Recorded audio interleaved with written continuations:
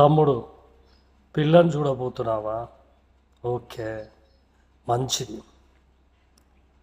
నన్ను సలహా అడిగావు కాబట్టి నేను నీకు చెప్తున్నాను. నువ్వు అడగకపోయినా కూడా నేను చెప్పేవాని. అందంలో ఐశ్వర్యరాయిలా ఉండాలని ఆలోచించకు. ఉంటే పర్లే, కానీ లేకుంటే విచారించకు. ధనంలో కుబేరుడి కూతురులా ఉండాలని కోరుకోకు.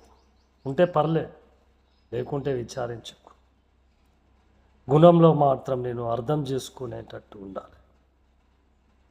లేకుంటే మాత్రం విచారించు, వద్దు అని. ఉంటే మాత్రం తక్కువ చేసుకో.